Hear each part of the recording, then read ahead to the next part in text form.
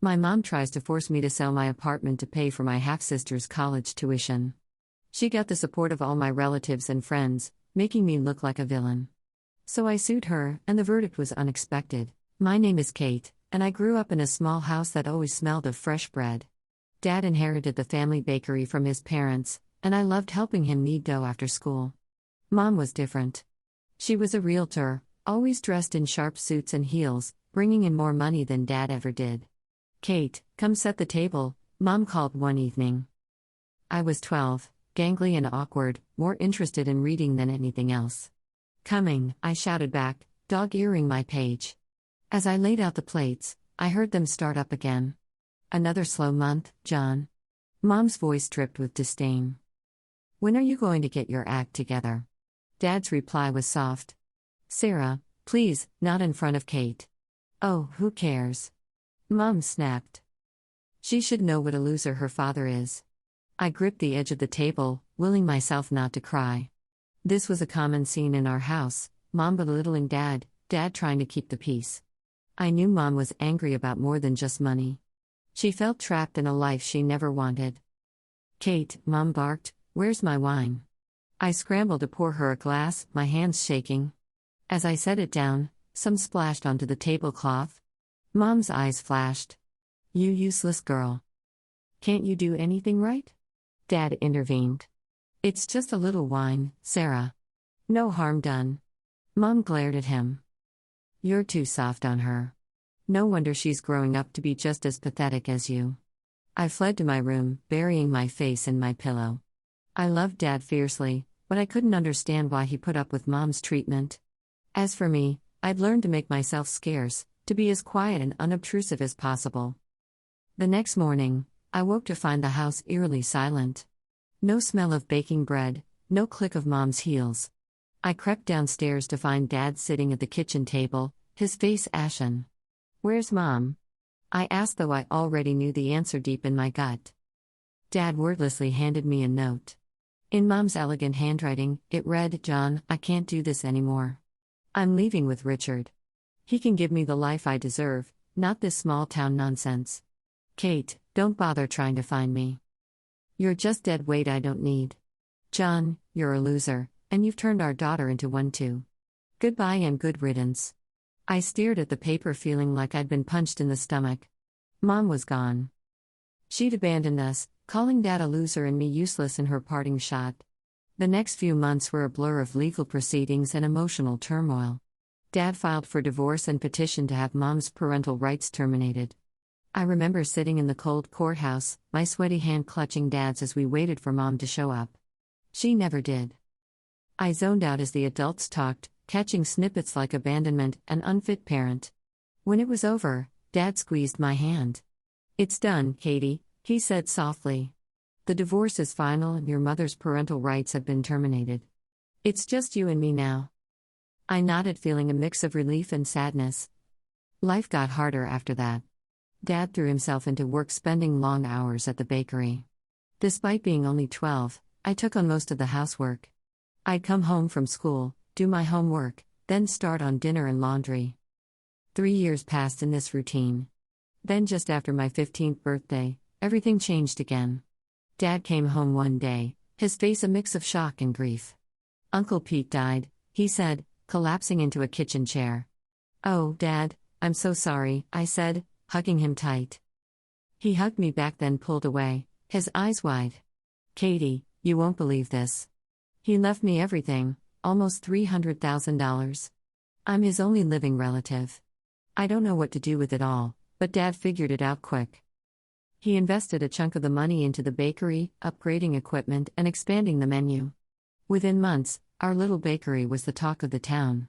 Dad hired more staff, extended the hours, and before we knew it, he was opening a second location across town. By the time I turned 16, Dad owned 3 thriving bakeries. Our financial worries were a thing of the past. I quit my after-school job and focused on my studies. We even took our first real vacation, a 2-week trip to Europe. As the years went by, Mom became a distant memory. Dad dated occasionally, but never seemed interested in remarrying. I didn't push it. We were happy as we were. High school graduation came and went in a blur of cap tossing and teary hugs. I'd worked my butt off, and it paid off. I was headed to State University to study finance. The morning I was set to leave, Dad handed me a small box. "What's this?" I asked, opening it to find a key. Dad grinned. "Your graduation gift. It's an apartment near campus. No more worrying about dorm life or rent." I stared at him speechless. "Dad, I can't. This is too much." He waved off my protests. "You earned it, Katie. Now go make me proud." College flew by. I threw myself into my studies, determined to make the most of the opportunity Dad had given me. When I wasn't in class or studying, I was interning at local financial firms. By the time I graduated, I had a job lined up as a junior financial analyst. My first day at work, I stood in front of my apartment mirror straightening my laser. "You've got this, Kate," I told my reflection. "Make Dad proud." The job was challenging, but I loved it. Every bonus or raise I got, I invested rather than spent. Dad's voice echoed in my head. "Money makes money, Katie. Be smart with it." Years passed. By the time I hit 32, those smart investments had paid off. I owned 2 more apartments in addition to the one I lived in, all bringing in steady rental income. Life was good. Then came the phone call that changed everything. "Katie," Dad's voice sounded strained. "Can you come over? I need to talk to you about something." I found him sitting at his kitchen table looking older than I'd ever seen him. "What is it, Dad?" I asked, fear clenching my stomach. He took a deep breath. "It's cancer, honey. Stage 4 pancreatic." The world tilted on its axis. "No," I whispered. There must be some mistake, but there wasn't. The next year was a hellish roller coaster of treatments, remissions, and relapses. I spent every free moment at the hospital or at Dad's house making his favorite cheese soup even when he was too nauseous to eat it. One crisp bottom day, I arrived at Dad's house to find him sitting in his favorite armchair, a serious look on his face. "We need to talk, Katie," he said, patting the seat next to him. "The doctors gave me 6 months tops." "No," I said, shaking my head furiously. "They're wrong? We'll get a second opinion." "Will, Katie," he interrupted gently. "It's okay. I've made my peace with it. I'm selling the bakeries. Everything's going to you. You'll be set for life." I pulled back, wiping my eyes. "I don't want your money, Dad. I want you." He smiled sadly. "I know, sweetheart, but this is how I can take care of you even when I'm gone." The next 7 months were precious and painful. We talked more than we ever had about everything and nothing. I memorized every line on his face, the sound of his laugh, the smell of sugar and flour that clung to him even now. And then on a quiet Wednesday morning, he was gone. The funeral was a blur. Afterward, I sat in Dad's empty house clutching his favorite apron. The lawyer had already been by with the paperwork. True to his word, Dad had left me everything. I used the money from the bakeries to buy 2 more apartments. It felt right, somehow, building something lasting just like Dad had done. A year after Dad's passing, I was just starting to find my footing again. Work kept me busy, and managing my rental properties gave me a sense of purpose. I'd settled into a new normal, or so I thought. Then came the call that turned everything upside down. "Kate, it's your mother. I'm back in town. I'd like to see you if you're willing." My mind raced. Part of me wanted to hang up to protect myself from the woman who'd abandoned me, but another part, the part that still held on to the little girl I once was, couldn't help but be curious. "Okay." I heard myself say, "Let's meet at Rosie's Cafe tomorrow at noon." The next day, I arrived at the cafe early, my stomach in knots. As the clock struck 12, I saw her walk in. She looked older, of course, but still elegant, but she wasn't alone. A young girl, maybe 17, trailed behind her. Mom spotted me and hurried over. "Kate, darling, you look wonderful. And this is Lily, your sister?" I felt like I'd been slapped. "My what?" We sat down, and Mom launched into her story. How her lover Richard had left her shortly after Lily was born, how they'd struggled to make ends meet, how she decided to come back to her hometown to start over. "I heard you have a rental property," she continued, her voice hopeful. I was wondering if maybe she trailed off, but her meaning was clear. I looked at Lily, who was staring at her hands, clearly uncomfortable. I thought about Dad, about how he'd always taught me to be kind even when it was hard. I thought about the scared little girl I used to be, wishing for her mom to come back. Okay. I heard myself say, I have a unit that's just become available. You can stay there. Mom's face lit up. Okay. Thank you. We'll pay rent, of course. I held up a hand. No rent, just utilities for now. As we hammered out the details, I watched Lily. She looked so young, so out of place. I remembered being her age, feeling lost and alone after Mom left. So Lily, I said, trying to sound friendly, you're what? A junior in high school? She nodded, meeting my eyes for the first time. Yeah. It's weird. Starting at a new school for senior year, I felt a pang of sympathy, I bet.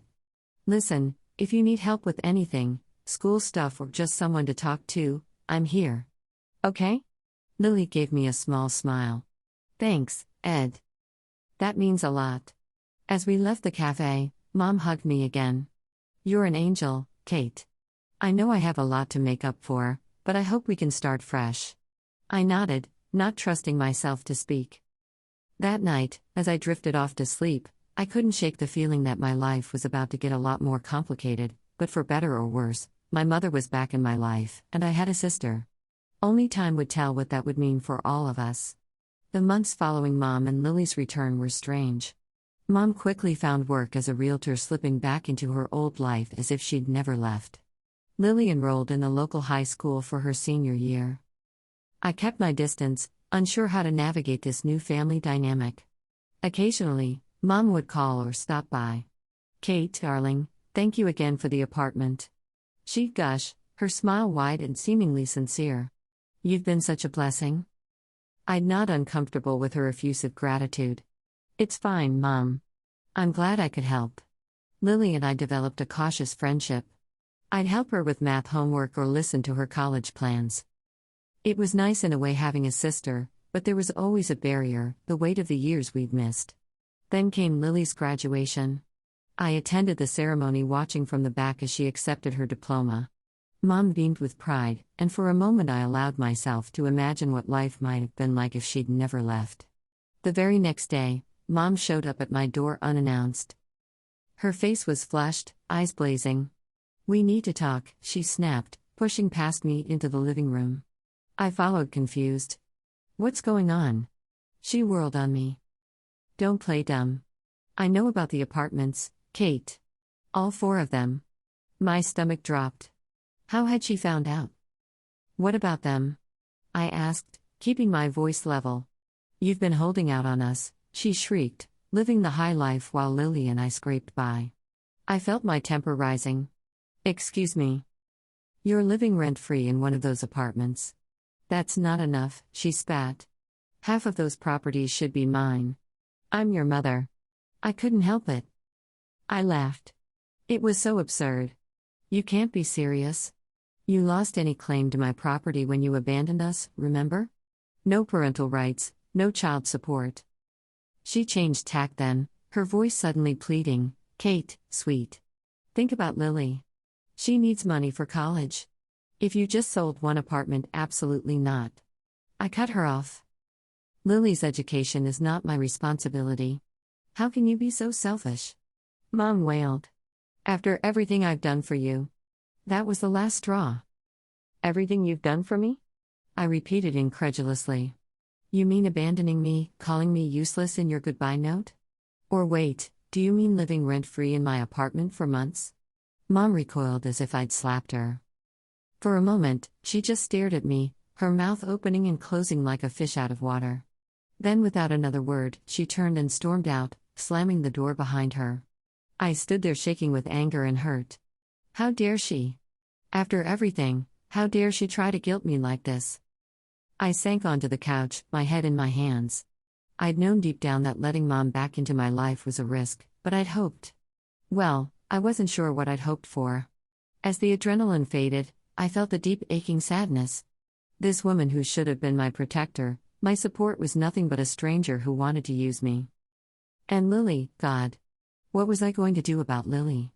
2 weeks after Mom's blow-up, I was grabbing coffee at my usual spot when I noticed the barista giving me odd looks. As I waited for my order, I overheard a snippet of conversation from a nearby table. "Can you believe it? Charging her own mother rent when she's got all those apartments?" I froze. Surely, they couldn't be talking about me, but they were. Over the next few days, I caught more whispers, more sidelong glances. It seemed Mom had been busy spreading her twisted version of events to anyone who would listen. Then came the Facebook post. I saw it during my lunch break and nearly choked on my sandwich.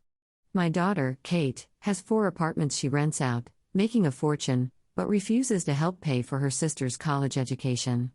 She's forcing me to pay exorbitant rent when I can barely make ends meet. I'm heartbroken that my own child could be so greedy and selfish. The comments poured in, each one a knife to my heart. How could she do that to her own mother? What a horrible person. I always knew there was something off about her. Friends, relatives, even old classmates I hadn't spoken to in years, all of them jumping on the bandwagon, shaming me for my supposed greed. Not one of them seemed to remember or care that this woman had abandoned me as a child. Just when I thought things couldn't get worse, my boss called me into his office. "Kate," he said, his face grave. "We need to talk about this situation with your mother. It's starting to affect the company's reputation." I felt the blood drain from my face. "Sir, I can explain." He held up a hand. "I'm not asking for details, but I need you to resolve this quietly and quickly.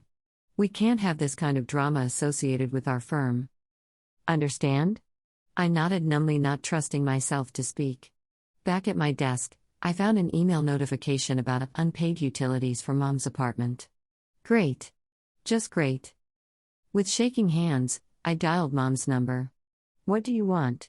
She snapped by way of greeting. I took a deep breath, trying to keep my voice steady. "Mom, there are unpaid utility bills for your apartment.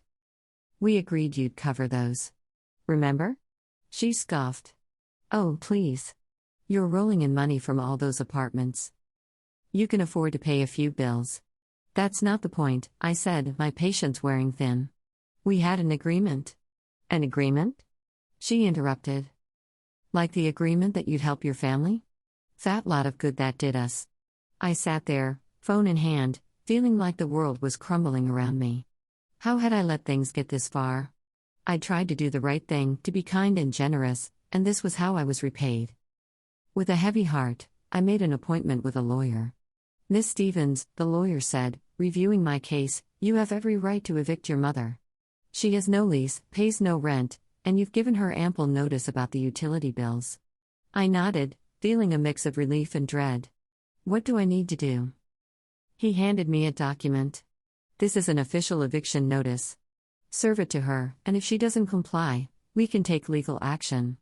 Armed with the paper, I drove to Mom's apartment, my apartment really. My hands shook as I knocked on the door.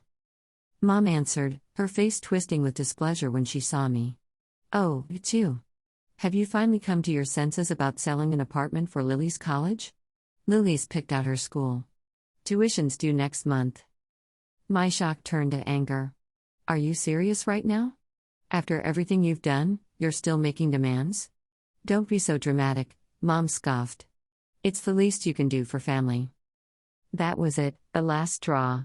I thrust the eviction notice at her. "Here. You have 30 days to vacate the premises."